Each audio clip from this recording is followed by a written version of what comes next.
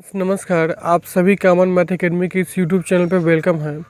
और हम लोग परसेंटेज पढ़ाई कर रहे हैं और परसेंटेज में कल हम लोगों ने 2D पिक्चर में मतलब उसके डायमेंशंस में इतने परसेंट की वृद्धि या इतने परसेंट की कमी करने पर उसके एरिया में कितने परसेंटेज की कमी या कितने परसेंटेज की बढ़ोतरी होगी, ऐसा कुछ क्वेश्चन हम लोगों ने कल देखा था। ठीक है, और आज हम लोग देखने वाले हैं कि 3D पिक्चर में उसके डायमेंशंस में या फिर उसके लंबाई में, चौड़ाई में या ऊंचाई में या उसकी त्रिज्या में कितने परसेंट मतलब इतने परसेंट की वृद्धि करने पे उसके वॉल्यूम आयतन में कितने परसेंट की वृद्धि या कमी होगी।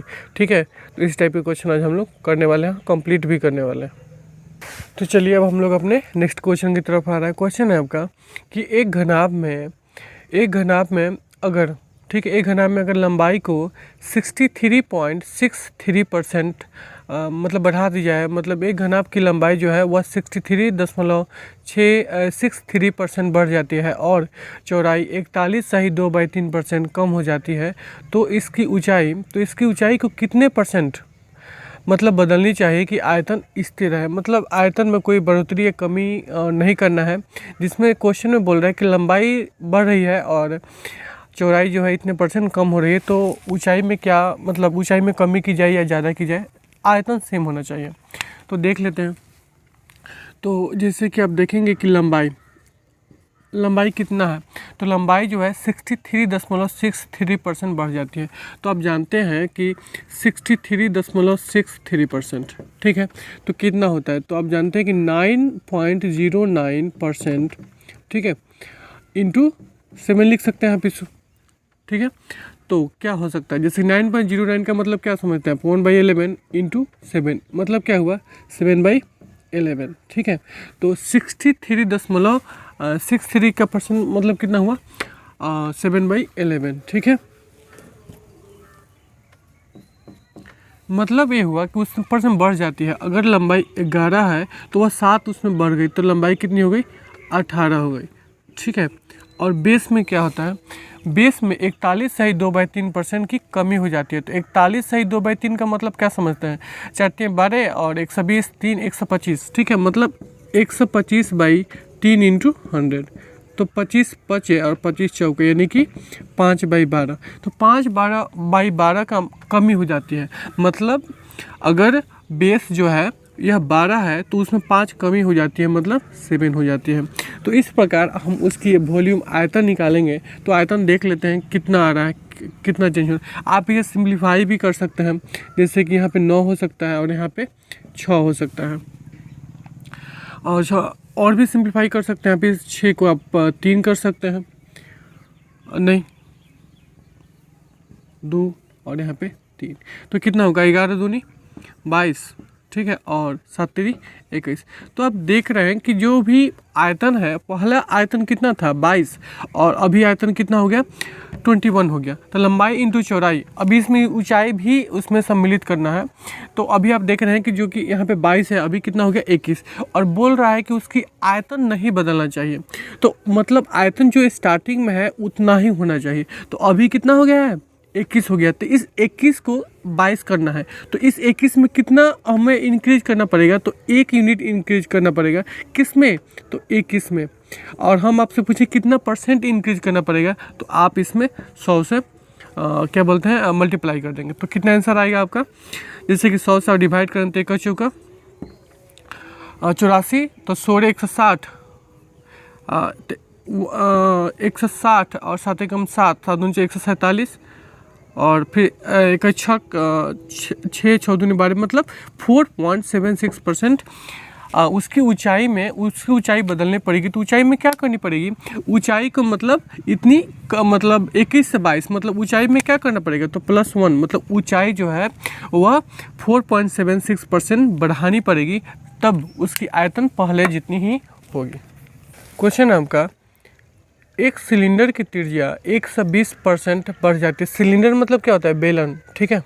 एक सिलेंडर की त्रिज्या 120% बढ़ जाती है और इसकी जो ऊंचाई है वह 40% तक कम हो जाती है, तो इसकी आयतन में परसेंटेज वृद्धि क्या है, मतलब आयतन जो है वह कितना परसेंट ज़्यादा होगा या फिर कमी होगा। तो देख लेते हैं हम लोग।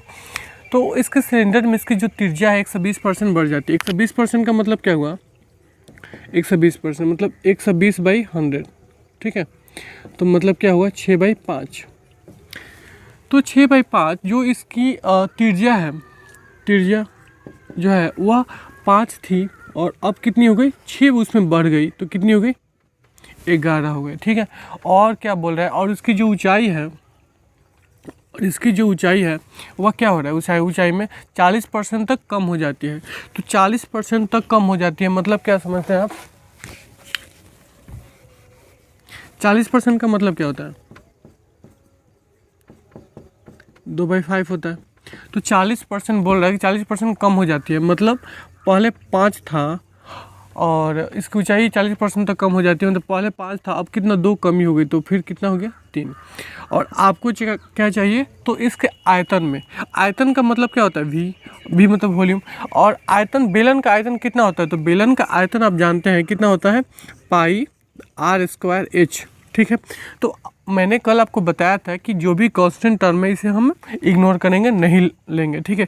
तो हमें किसी से मतलब है, किससे में मल्टीप्लाई करना पड़ेगा, तो हमें r² और h में मल्टीप्लाई करेंगे, तो जो भी हमारा आएगा वह क्या आएगा, वॉल्यूम का रेशियो आएगा, ठीक है, r² इंटू h में, ठीक है। तो हमें एच मिला और ये आर है, तो हाँ हमें बताएं, तो r² इक्वल टू कितनी होगी, तो इसको स्क्वायर करेंगे तो कितना होगा, 25, और इसे स्क्वायर करेंगे तो 121, ठीक है। अब आप क्या करेंगे वहाँ पे, r² इंटू एच, मतलब इसमें और इसमें आप मल्टीप्लाई कर लेंगे, तो 25 में आप 5 से मल्टीप्लाई करेंगे तो कितना आएगा, 125, और रेशियो, और 121 में 3 से मल्टीप्लाई करेंगे तो कितना आएगा, 63, यानी कि 363 होगा। तो बोल रहा है कि कितना चेंज होगा, तो आप 125 वॉल्यूम है, अब कितना हो गया, 363। तो आप यहाँ पे देखना चाहेंगे कितना बढ़ गया, तो ये बड़ा है कितना, 13 में से 5 जाएगा 7, 8 5 13 8, और ये हो गया 5 में से 2 जाएगा 3, और 3 में से 1 जाएगा 2, यानी कि 238 बढ़ा है, किस में, 238 बढ़ा है किस में, 125 में, और 125 इंटू 100, ठीक है। तो आप इसे अगर सिंप्लीफाई करें तो 25 चौका और 25 बचे, और आप इसे मल्टीप्लाई करें, 8 चौका 32, 8 चौका 32 के 2 हाथ में लगा 3, और 4 3 12, 3 15 5 1, और 8 और 4 दूनी 8 1 9, 952 डिवाइड बाई 5। तो 952 में जब 5 से डिवाइड करेंगे तो कितना आएगा, 5 एकम 5 4 45, 5 9 45, यानी कि, और 190 पॉइंट कितना बोल रहा है उसमें, 190.20, 5 चौका 20, मतलब ये हुआ कि उसके जो आयतन में परसेंटेज वृद्धि कितनी करनी पड़ेगी, तो 190.4% करनी पड़ेगी।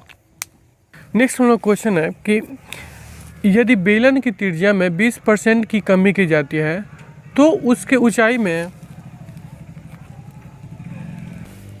में कितने % की वृद्धि करनी चाहिए ताकि बेलन का आयतन समान रहे।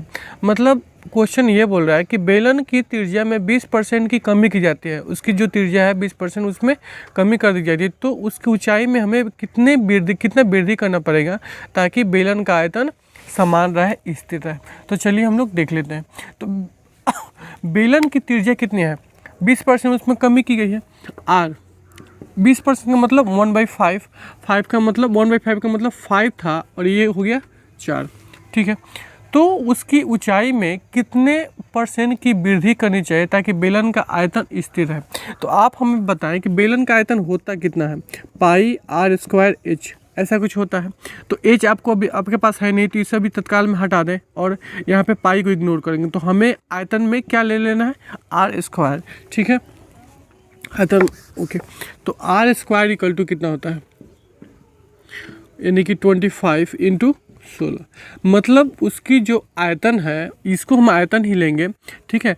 तो कितना हो गया आयतन, मतलब आयतन जो था वो 25 था, अब कितना हो गया है, 16 हो गया है। मतलब आयतन बदलना नहीं है, तो आयतन 25 से 16 हो गया, यानी कि चेंज हो गया। तो आयतन में कमी हो गई है, कितनी कमी हो गई है, 9 की कमी हो गई है।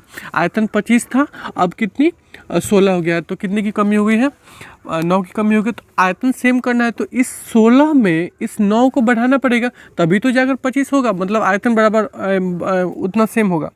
तो एच में क्या करना पड़ेगा, तो एच जो है ऊंचाई है उसमें आपको 9 इंक्रीज करना पड़ेगा, 9 बढ़ाना पड़ेगा। और किस में, तो 16 में, तो नीचे करेंगे 16 इंटू 100, ठीक है, इतना परसेंट के लिए। तो 4 से आप अगर सिंप्लीफाई करें तो 25 होगा, यहाँ पे 4 होगा। तो 25 नवा कितना होता है, तो 225 डिवाइड बाई 4, तो कितना होगा 4 तिहाई 12, 4 5 20, 2 25 और 4 छक 24, 1 4 दूना, और यानी कि 56.25% उसकी ऊंचाई में बढ़ाना होगा। क्या है के लिए, कि ताकि उसकी आयतन समान रहे। नेक्स्ट हम लोग का क्वेश्चन है कि एक गोले के व्यास को 20% अधिक कर दिया गया है, मतलब एक गोले का जो व्यास है वो 20%, गोले के व्यास में 20% बढ़ा दिया गया है उसका व्यास। और तो क्वेश्चन पूछ रहा है तो उसके आयतन कितने परसेंट अधिक हो जाएगा, आयतन जो है कितना परसेंट बढ़ जाएगा। तो गोले का व्यास, तो जो d है, तो आप एक बात समझें कि d इक्वल टू कितनी होती है, आप जानते होंगे r/2। तो फिर इस तरह का अगर रेशियो लेना है तो d या r इक्वल हुआ, क्योंकि d इक्वल टू होता है 1/2 इंटू आर होता है। d इक्वल टू कितना होता है, 1/2 इंटू आर होता है ना। तो 1/2 क्या है, कांस्टेंट टर्म है, और आपको तो पता है कि इसको हम इग्नोर करेंगे। तो वहाँ पे बोल रहा है कि गोले का व्यास जो 20% बढ़ा दिया गया। तो गोले का व्यास या फिर गोले की त्रिज्या, बात एक ही है वहाँ पे, ठीक है, क्योंकि उसमें d इक्वल टू होता है r/2, मतलब 1/2 इंटू आर, और 1/2 का मतलब इसे हम इग्नोर करेंगे, क्योंकि इधर भी होगा 1/2, इधर भी होगा 1/2, और जब आप रेशियो लेंगे तो 1/2 तो कैंसिल आउट हो जाएगा, इसलिए हम उसके कॉन्स्टेंट टर्म को इग्नोर कर देते हैं, ठीक है। तो हम इसको ऐसे कंसीडर करेंगे कि गोले का जो त्रिज्या को 20% बढ़ा दिया गया है, ठीक है। तो यहाँ पे आप देखें कि r इक्वल टू कितनी होगी, 20% बढ़ा दिया गया, यानी कि 20% का मतलब क्या समझते हैं, अगर 5 था गोले की त्रिज्या तो कितनी हो गई, 6 हो गई। तो उसके आयतन में क्या परसेंटेज, क्या परिवर्तन होगा। तो आप जानते हैं कि गोले का त्रिज्या कितना होता है, 4/3 पाई आर क्यू। गोले की त्रिज्या कितनी होती है, 4/3 पाई आर क्यू।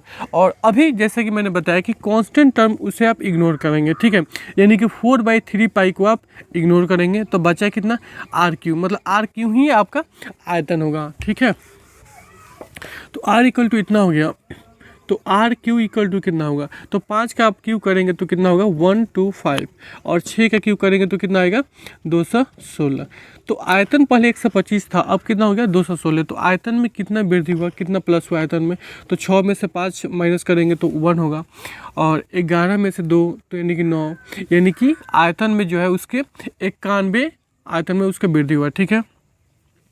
तो लेकिन 91 कितना परसेंट है, तो 91 125 का कितना परसेंट है, पर क्योंकि परसेंटेज चेंज पूछ रहा है, तो 25 चौका और 25 बचे, तो कितना हुआ 4 एकम 4 और 9 चौका 36, और कितना डिवाइड बाई 5, तो कितना हुआ 5 सते 35, 1 14, 5 दूना 10 और 5 चौथे 40, ठीक है। मतलब जो उसका आयतन है वो उसमें 72.8% की वृद्धि हो जाएगी। क्वेश्चन आपका है कि एक गोले का आयतन 119.7% बढ़ जाता है, कब, जब इसके त्रिज्या को बढ़ाया जाता है, मतलब उसकी त्रिज्या बढ़ाने के बाद। अब कितना बढ़ाएगा ये नहीं बताया उसने, बस केवल ये बताया कि उसके बढ़ाने के बाद, त्रिज्या बढ़ाने के बाद जो उसका आयतन है वह 119.7% बढ़ जाता है। तो गोले के वक्र पृष्ठ क्षेत्रफल, गोले के वक्र पृष्ठ क्षेत्रफल में मतलब कितने परसेंट, ठीक है, कितने परसेंट परिवर्तन होगा, मतलब गोले के वक्र पृष्ठ क्षेत्रफल में परसेंटेज परिवर्तन कितना होगा, वही आपसे पूछ रहा है, ठीक है। तो चलिए हम लोग देख लेते हैं। तो गोले का आयतन, तो गोले का आयतन होता कितना है, तो होता है 4/3 पाई आर क्यू, ठीक है, 4/3 पाई आर क्यू। तो 4/3 पाई आर क्यू को हम यहाँ पे इग्नोर करेंगे, ठीक है, और यहाँ पे आप देखेंगे 4/3, तो यहाँ पे क्या होगा आर क्यू। तो गोले का जो आयतन है कितना, आर क्यू जो है वह कितना बढ़ गया है, वह 119.7। 119.7 का मतलब क्या समझते हैं? 119.7 और डिवाइड बाई 100, तो एक इस पॉइंट को हटा देने के बाद यहाँ पे एक जीरो हो जाएगा। मतलब अगर जो उसका गोले का आयतन अगर 1000 था तो इस 1000 में इतना बढ़ गया, या बढ़कर नहीं हुआ है, इतना बड़ा है 1000 में, तो अब कितना हो गया? तो 1000 में से आप प्लस कर देंगे तो हो जाएगा कितना? 2197। ठीक है, इतना आपका बढ़कर हो गया। ये है आर क्यू का मतलब। तो आप हमें बताएं तो फिर आर का मतलब क्या होगा? तो यहाँ पे रेशियो अगर हम देखें तो आर का मतलब अगर आप इसका क्यू निकालें तो 10 का जो ये 1000 है, यह कितने का क्यू होता है? 10 का क्यू करेंगे तो 1000 होगा, आर इक्वल टू 10 होगा। और यहाँ पे 2197 जो है यह 13 का क्यू करेंगे। ठीक है, 13 का क्यू करेंगे तो 2197 होगा। यानी कि जो उसका आर था वह कितना था? 10 × 10 रेशियो 13। तभी तो उसकी जो आर क्यू होंगी वो कितनी होगी? 1000 रेशियो 2197। ठीक है, तो आर हमें पता चल गया। तो क्वेश्चन आर नहीं पूछ रहा है। अगर पूछता कि आर में मतलब त्रिज्या में कितने % की वृद्धि की गई होगी, तो यहाँ से हम लोग निकाल लेते 3/10 × 100 करके आ जाता। बट क्वेश्चन आपके पूछ रहा है कि गोले का वक्र पृष्ठ क्षेत्रफल में % है, और गोले का वक्र पृष्ठ कितना होता है? तो आप जानते हैं कि गोले का वक्र पृष्ठ होता है 4πr²। ठीक है, तो आप यहाँ पे देखेंगे हम इसे इग्नोर करेंगे कि ये कांस्टेंट टर्म है। हमें मतलब कितना है वक्र पृष्ठ के लिए? r² से। ठीक है, r² से। तो हमें अब यहाँ पे r हो गया, अब हमें चाहिए r²। ठीक है, तो r² का मतलब क्या हुआ कि 10 का मतलब कितना हुआ? 100, और 13 का स्क्वायर करेंगे तो 169। तो अब यहाँ पे डायरेक्ट आप देख रहे हैं कितनी की वृद्धि हुई? 69 की। तो 100 में वृद्धि हुई तो यानी कि 69% ही हो जाएगा। जैसे 100 में यहाँ पे 100 और यहाँ पे परसेंटेज के लिए 100, तो देख सकते हैं कैंसिल आउट होगा, कितना बचा? 69%। मतलब जो गोले का वक्र पृष्ठ है उसमें कितने % की चेंजिंग होगी? मतलब गोले का वक्र पृष्ठ बढ़ जाएगा कितना? 69%। इसको हम लोग क्वेश्चन है कि एक बेलन का आयतन 43% बदल जाता है, मतलब बढ़ जाता है, जबकि ऊंचाई को 15.5/3% कम किया जाता है। तो बेलन के वक्र पृष्ठ का क्षेत्रफल % में परिवर्तन बता। मतलब बेलन के वक्र पृष्ठ में कितना % का चेंज होगा? तो देख लेते हैं कि बेलन का आयतन कितना है। आयतन 43% बढ़ जाता है। ठीक है, तो यानी कि भी, तो भी क्या होता है? आयतन 43% बढ़ जाता है। मतलब आयतन अगर 100 था तो आयतन कितना हो गया? 143। ठीक है, और जबकि उसकी ऊंचाई 15/5/13। तो 15/5/13 का मतलब क्या समझते हैं? 15 × 3 195, और 195 5 200, यानी कि 2/13। तो जो उसकी ऊंचाई है वह 2/13 क्या हो जाती है? उसकी ऊंचाई 2/13 कम हो जाती है। तो अगर 13 था तो यह कितना हो गया? 11 हो गया। ठीक है, तो अगर हम भी में h से डिवाइड करेंगे तो हमें क्या प्राप्त होगा? तो देख लेते हैं। भी इक्वल टू कितनी होती है? πr²h, πr²h। ठीक है, और इसमें आप डिवाइड करेंगे h से, तो आप देखें इस पाई को तो आप इग्नोर करेंगे और h से s कैंसिल आउट हो जाएगा। तो अगर आप इसमें डिवाइड करते हैं तो हमें मिलेगा क्या? r²। ठीक है, तो इन दोनों को हम डिवाइड कर देते हैं तो हमें मिलेगा क्या? r²। तो r² का रेशियो होगा, इसमें डिवाइड कीजिए, यानी कि 100, और डिवाइड करने वाली बात हम तो आपको काफ़ी पहले बता चुके हैं। तो 100 × 11 रेशियो 143 × 13। तो आप इसे अगर सिंप्लीफाई करना चाहें तो 11 से 1 कटेगा, 1 और 11 कम कटेगा, बिल्कुल कटना चाहिए। 11 कम 11 और यहाँ पे 13 हो जाएगा। तो यहाँ पे देखना चाहेंगे 100 × 13 × 13। तो r² जब इतना है तो अगर हम आपसे पूछना चाहें r इक्वल टू कितना होगा, तो क्या बोलते हैं, तो यहाँ पे 10 हो जाएगा, क्योंकि हम 100 का अंडर रूट लेंगे तो 10 होगा, और यहाँ पे 13² है तो क्या होगा? यहाँ पे 13 होगा। तो r का मान हमें मिल गया। और बेलन का वक्र, क्वेश्चन बोल रहा है कि बेलन का वक्र पृष्ठ में कितना चेंज होगा। तो आप क्या समझते हैं बेलन का वक्र पृष्ठ कितना होता है? तो बेलन का वक्र पृष्ठ होता है 2πrh। ठीक है, तो इस 2π को आप इग्नोर करेंगे तो क्या होगा? rh। मतलब अगर हम r और h में मल्टीप्लाई कर दें तो जो हमें रेशियो मिलेगा वह क्या होगा? तो बेलन का वक्र पृष्ठ का ही रेशियो मिलेगा। ठीक है, तो r हमें मिल चुका है, और h तो हम लोगों को पता है। h यहाँ पे है कितना? 13/11। ठीक है। और R और H इन दोनों को हम क्या करेंगे, मल्टीप्लाई कर देंगे। तो कितना होगा 10 × 13 कितना होगा 130 रेशियो 13 × 11। तो इस यहाँ पे 10 बार में यानी कि 10 रेशियो 11 मतलब कितना हुआ, कितना चेंज हुआ 1/10 × 100 मतलब 10%। हम लोगों का क्वेश्चन है कि किसी शंकु की ऊंचाई 6.25% घट जाती है तथा उसकी जो त्रिज्या है वह उसकी त्रिज्या है वह 16 सेंटीमीटर हो जाती है। मतलब जो उसकी त्रिज्या है वह 16 सेंटीमीटर कम हो जाती है। यदि शंकु का आयतन 40% घट गया तो नए शंकु की त्रिज्या पुराने शंकु की त्रिज्या से कितना कम है।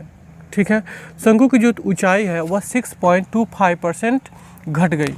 तो जो ऊंचाई है मतलब एच क्या है, बट हमें पहले आयतन देख लेना है, वॉल्यूम देख लेते हैं कि क्या हुआ। वॉल्यूम में ये बोल रहा है कि जो उसके शंकु का आयतन 40% घट गया। इसका मतलब क्या समझते हैं, 40% मतलब 2/5। तो 2/5 घट गया का मतलब हुआ कि अगर उसका 5 था, पहले उसकी जो वॉल्यूम थी 5 थी, यूनिट थी, तो उसमें 2 माइनस हो गई तो कितनी हो गई 3 हो गई।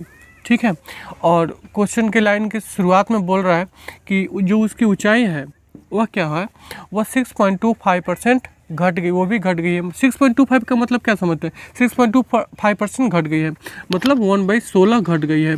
तो अगर ऊंचाई पहले 16 थी तो अब कितनी हो गई है, 1 माइनस हो गई है तो कितनी हो गई है 5। तो आप देखें भी शंकु के बारे में बात हो रही है तो शंकु का जो वॉल्यूम होता है वह कितना होता है 1/3 पाई r²h। ठीक है, 1/3 पाई r²h। तो आप यहाँ पे देखें कि 1/3 को हम क्या करेंगे, कैंसिल आउट कर देंगे, मतलब इग्नोर कर देंगे। और r² में अगर हम h से डिवाइड करें तो हमें क्या मिलेगा, हमें r² का रेशियो मिलेगा। ठीक है, तो अगर आप इसमें डिवाइड करें, इससे डिवाइड करें तो कितना मिलेगा आपको, r² का रेशियो मिलेगा जो कि होगा 5 × 15। मतलब इसमें और इसमें मल्टीप्लाई करेंगे और फिर 3 × 16 मतलब 3 × ये हो गया 16। तो अगर आप इसे अगर सिंप्लीफाई होता है तो कर ले, हमें तो नहीं दिख रहा, हो जा रहा है यहाँ पे 3 × 5 = 15। मतलब r² की वैल्यू कितनी होगी 25/16। तो आप हमें बताएं तो r की वैल्यू कितनी हो जाएगी 5/4 हो जाएगी। मतलब अंडर रूट ले लेंगे तो r का मतलब इतना हो गया। और क्या बोल रहा है कि शंकु की त्रिज्या पुराने शंकु की त्रिज्या से कितना कम है। और क्वेश्चन के शुरुआत लाइन में बोला था तथा त्रिज्या जो है वह 16 सेंटीमीटर हो जाती है। इस प्रकार करने के बाद यदि शंकु की त्रिज्या 6.25% घट गई तथा त्रिज्या 16 सेंटीमीटर हो जाती है तो इसका मतलब ये हुआ त्रिज्या कितनी हो गई 16 सेंटीमीटर। मतलब 4 के जगह पे यहाँ पे कितना है 16 सेंटीमीटर। मतलब यहाँ पे कितना मल्टीप्लाई किया गया 4 से। तो क्या बोल रहा है कि तो पुराने शंकु की त्रिज्या से ये कितना कम है, तो यह कितने यूनिट कम है, तो 1 यूनिट। और 1 मतलब आप अगर नहीं समझ में आ रहा है तो आप ऐसे भी समझ सकते हैं कि इस 4 का मतलब दिया हुआ है उसमें 16 सेंटीमीटर। मतलब ये हुआ कि 4 यूनिट इक्वल टू कितनी हुई 16 सेंटीमीटर। तो जो वह पुराने त्रिज्या है, वह जो नई वाली त्रिज्या है वह पुराने से कितना कम है, तो 1 यूनिट कम है। तो 1 यूनिट का मतलब क्या हुआ, 1 यूनिट का मतलब हुआ 16/4 मतलब 4 सेंटीमीटर। ओके, और अब हम लोगों ने मतलब इतना जो 3D पिक्चर में जो होता है कि डायमेंशन में कितने % की वृद्धि, कितने % की कमी, बक पेस्ट, तो उसके बाद त्रिज्या में कितने % की वृद्धि, त्रिज्या में कितने % की कमी, ऊंचाई में वृद्धि, ऊंचाई में कमी, और उसके बाद उसके वॉल्यूम में परसेंटेज परिवर्तन, जो भी इस टाइप के क्वेश्चन बनते हैं हम लोगों ने अभी कवर कर लिया है। और फिर से हम लोग अब देखेंगे कि किसी संख्या में इतने % की वृद्धि की गई, फिर उस संख्या में इतने % की कमी की गई, उसके बाद उसका मूल्य ये हो गया तो कितना परसेंटेज परिवर्तन होगा। मतलब इस टाइप के जो भी क्वेश्चन बनते हैं उसको हम लोग कल देखेंगे। ओके।